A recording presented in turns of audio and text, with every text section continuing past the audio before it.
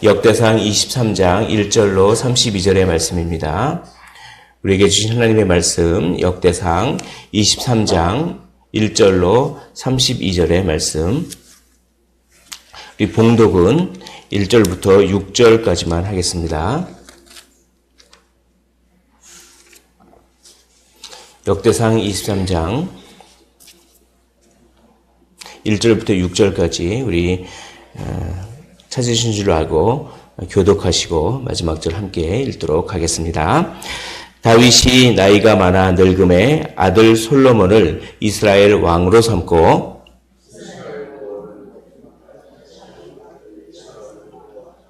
레위 사람은 30세 이상으로 계수하니 모든 남자의 수가 38,000명인데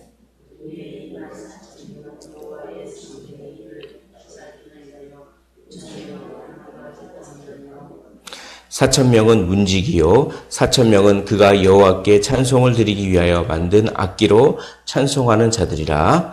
다윗이 레위의 아들들을 게르손과 그앗과 무라리에 따라 각 반으로 나누었더라. 아멘. 예, 다윗의 인생은 이제 성전을 준비하는 인생이었다라고 해도 과언이 아닐 정도로 이 성전을 준비하기 위해서 열심으로 그렇게 자기의 맡은 역할을 충실하게 했던 모습을 봅니다. 그래서 어제 다뤘던 본문인데 역대상 22장 3절부터 보면은 다윗이 뭘 많이 준비했다 이렇게 얘기합니다. 놋을 많이 준비했고 백향목도 무수히 준비했고 또 5절에 보니까 또 준비하고 그렇게 준비한 이유가 8절에 보니까 여호와의 말씀이 내게 임하여 이르시되 너는 피를 심히 많이 흘렸고 크게 전쟁하였으니라. 내가 내 앞에서 땅에 피를 많이 흘렸은즉 내 이름을 위하여 성전을 건축하지 못하리라.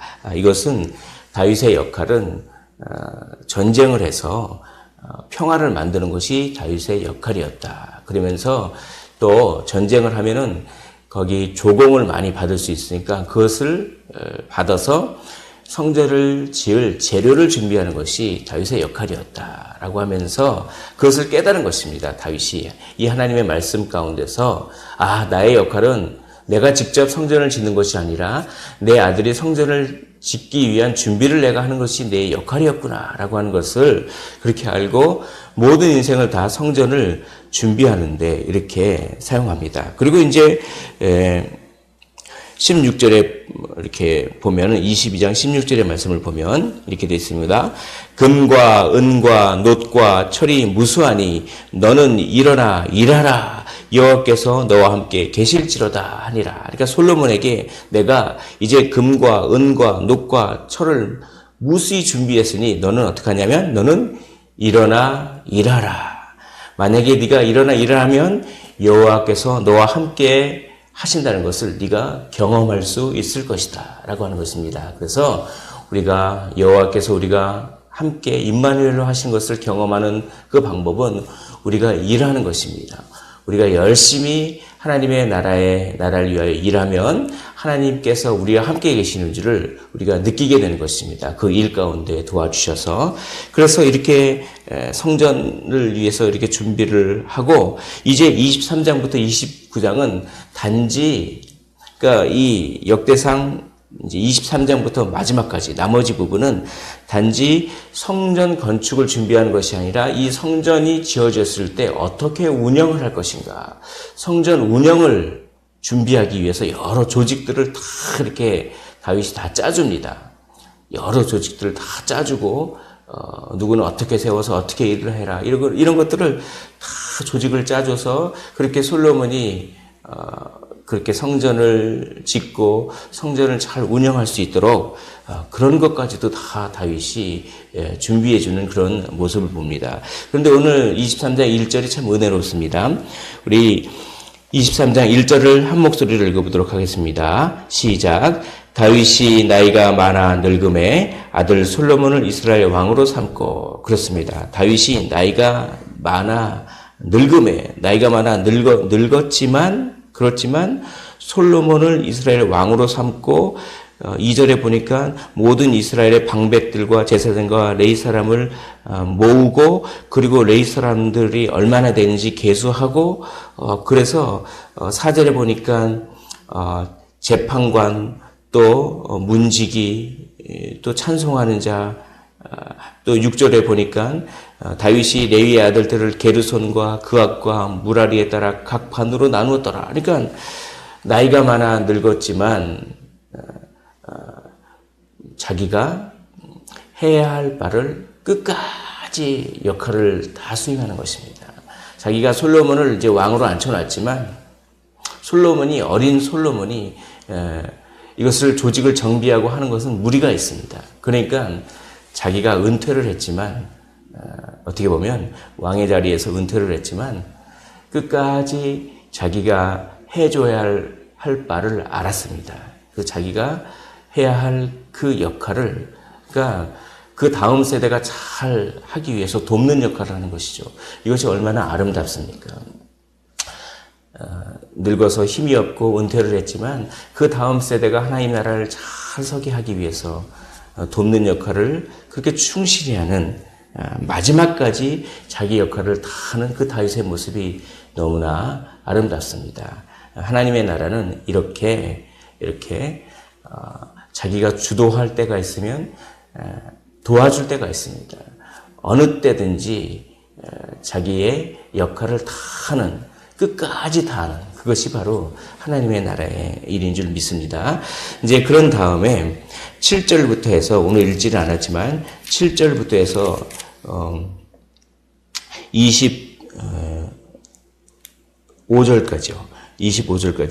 7절부터 25절까지는 이제 게르손 자손은 또 어떻게 되고 또 이 레위의 그 자손들을 각 반으로 24개의 반열로 쫙 조직을 합니다. 그래서 그 조직하는 그 명단들을 쫙 얘기합니다. 여기서 우리가 몇 가지 알아볼 수 있는 것이 우두머리를 세웠다는 것입니다. 7절에 보면 게르손 자손은 라단과 시므이라. 8절에 라단의 아들들은 우두머리 여이엘과 또 세담과 이렇게 쭉 우두머리를 세웠습니다. 9절에 보면은 또 이는 라단의 우두머리들이며 이렇게 되어 있습니다. 17절에 보십시오. 17절에 보면 엘리에셀의 아들들은 우두머리 르하바랴. 18절에 이스알의 아들들은 우두머리 술로미시오. 19절 헤브론의 아들들은 우두머리 여리야와. 이런 식으로 우두머리를 다 세워서 어떻게 됩니까? 조직적으로 운영했다는 것입니다. 조직적으로 전문적으로 하나님의 나라의 일을 할 때 대충 하는 것이 아니라 조직적이고 효율적이고 전문적으로 이렇게 게을르지 않게 부지런히 이렇게 준비를 해야 되는 그런 것입니다. 그리고 11절을 보시면 11절에 그 우두머리는 야하시오 그 다음은 시사며 여우스와 브리아는 아들이 많지 아니하므로 그들과 한 조상의 가문으로 계수되었더라. 이렇게 되면서 아들들이 많지 않은 그런 형제의 부족을 채우기 위해서 또 이렇게 숫자들을 이렇게 통합하고 그렇게 이런 식으로 조직적이고 효율적이고 전문적으로 그렇게 운영했다. 하나님의 나라는 어떻게 일합니까? 자기의 처한 환경에서 최선을 다해서 일하는 것입니다. 하나님의 나라는 마지막 순간까지 자기 역할을 다하는 것이고 하나님의 나라의 일은 자기의 환경 가운데서 최선을 다해서 그렇게 일하는 것입니다. 그리고 하나님의 나라는 또 어떻게 일합니까? 26절을 보십시오. 26절에 보면 레위 사람이 다시는 성막과 그 가운데에서 쓰는 모든 기구를 맬 필요가 없다 한지라. 왜냐하면 예전에는 텐트였습니다. 텐트니까 그 천막은 옮겨 다녀야 되지 않습니까? 그 천막을 옮기려면 천막에 천을 옮기는 사람이 있고 천막 그 막대기 그 기둥들을 옮기는 사람들이 있고 성물들을 옮기는 사람들이 있고 옮기는 사람이 있는데 이제 성전을 지으면 그런 걸 옮기고 맬 필요가 없습니다. 한 곳에 정착하니까. 그러면 그것들을 맬 필요가 없기 때문에 그런 것들을 메었던 역할을 했던 사람들은 어떡합니까? 다른 일을 하는 것이죠. 다른 일을. 그래서 그 사람들은 28절에 보면 그 직분은 아론의 자손을 도와 여호와의 성전과 뜰과 골방에서 섬기고 또 모든 성물을 정결하게 하는 일, 곧 하나님의 성전에서 섬기는 일과 또 진설병과 고운 가루의 소재물, 곧 무교전병이나 과자를 굽는 것이나 반죽하는 것이나 또 모든 절과 자를 맡고 30절에 보면 아침과 저녁마다 서서 여호와께 감사하고 찬송하며 이런 식으로 쭉 뭐냐면 돕는 역할을 했습니다. 그들이 자기의 어떤 역할이 없어졌지만 돕는 역할, 즉 대제사장 그 아론 계열의 자손을 도와서 대제사장이 이제 성전의 규모가 더 커졌으니까 성전 안에서 섬기는 일들이 더 많아졌기 때문에 그렇게 운반했던 사람들은 대제사장을 도와서 성전 뜰과 골방에서 섬기는 일들을 합니다. 그런 것들이 과자를 굽는 일도 될 수 있고 성물을 정결하게 하는 일도 될 수 있고 또 아침 저녁마다 찬송하는 일도 되고 또 뭐냐면 어떤 안식일과 초하루와 절기에 번제를 드리고 할 때 또 돕는 일손이 부족하니까. 그러니까 자기가 주도했던 일이 사라졌지만 아예 전문적인 일이 사라졌지만 그것에 개의치 않고 돕는 일도 기쁨으로 감당하는 것입니다. 내가 주도적인 일이 없지만 돕는 일이라도 열심히. 그러니까 어떤 섬김의 방식은 바뀌지만 그 자세는 바뀌지 않습니다. 그 자세는. 그래서 어느 곳에 무슨 일을 하든지 묵묵히 그것이 인간적으로 볼 때는 좀 중요한 일처럼 보이지 않아도 조금 하찮은 일처럼 보여도 그것을 묵묵히 열심히 하는 것입니다. 돕는 일. 그러나 하나님의 눈에는 그 자세를 보는 거지 어떤 무엇을 하는가 보다는 어떤 자세로 하는가를 하나님께서는 더 중요하게 여기시는 것입니다. 어떠한 자세로 일을 합니까? 31절에 그 자세가 나옵니다. 또 안식일과 초하루와 절기의 모든 번제를 여호와께 드리되 그가 명령하신 규례의 정한 수요대로 뭡니까? 아무리 하찮은 일을 하더라도 자기의 임의대로 자기의 방식대로 하지 않고 하나님이 정한 방법대로라고 하는 것입니다. 아무리 작은 일이라도 하나님의 방법대로 하겠다 이런 자세. 아무리 작은 일이라도 하나님의 뜻대로 하나님이 원하시는 방법대로 하겠다라고 하는 그 자세로 또 어떤 자세냐면 항상 여호와 앞에 드리며 항상 그렇게 하겠다는 것입니다. 항상 아무리 작고 그런 하찮은 일이라도 하나님의 방식대로 하겠습니다. 항상 그렇게 하겠습니다. 이런 자세를 가지고 하나님의 나라를 감당하는 것입니다. 하나님의 나라는 어떻게 합니까? 나이가 많아서 은퇴하고 늙을지라도 끝까지 마지막 순간까지 하는 것입니다. 하나님의 나라는 어떻게 하는 것입니까? 효율적이고 전문적이고 자기의 처한 상황에서 최선을 다해서 하는 것입니다. 하나님의 나라는 어떻게 하는 것입니까? 그것이 하찮은 일이라고 보여도 그래도 동일한 자세로 항상 여호와께서 정하신 방법대로 그렇게 하나님의 나라를 일을 하는 것입니다. 그렇게 하나님의 나라의 일을 그렇게 감당하면 어떤 복을 받냐면 평강의 복을 받습니다. 하나님께서 평강의 복을 주시고 또 하나님께서 함께 임마누엘로 하시는 그런 복을 주시는 것입니다. 오늘 25절이 그런 것들을 잘 나타냅니다. 25절이 오늘 말씀의 요절과 같은 말씀인데 오늘 역대상 23장 25절의 말씀을 읽어보도록 하겠습니다. 시작. 다윗이 이르기를 이스라엘 하나님 여호와께서 평강을 그의 백성에게 주시고 예루살렘에 영원히 거하시나니 라고 합니다. 너희들이 이렇게 열심히 일하느냐 끝까지 일하느냐, 최선을 다해서 일하느냐, 그리고 하나님의 방식대로 늘 항상 어떠한 일이든 동일한 그 자세로 일하느냐, 그렇게 일하면 여호와께서 평강을 너에게 주실 것이다. 그리고 예루살렘에 여호와께서 영원히 거하실 것이다. 내가 세상 끝날까지 너희와 항상 함께 있을지어다. 그 임마누엘의 축복을 그렇게 주시겠다라고 말씀하는 것입니다. 말씀을 정리하도록 하겠습니다.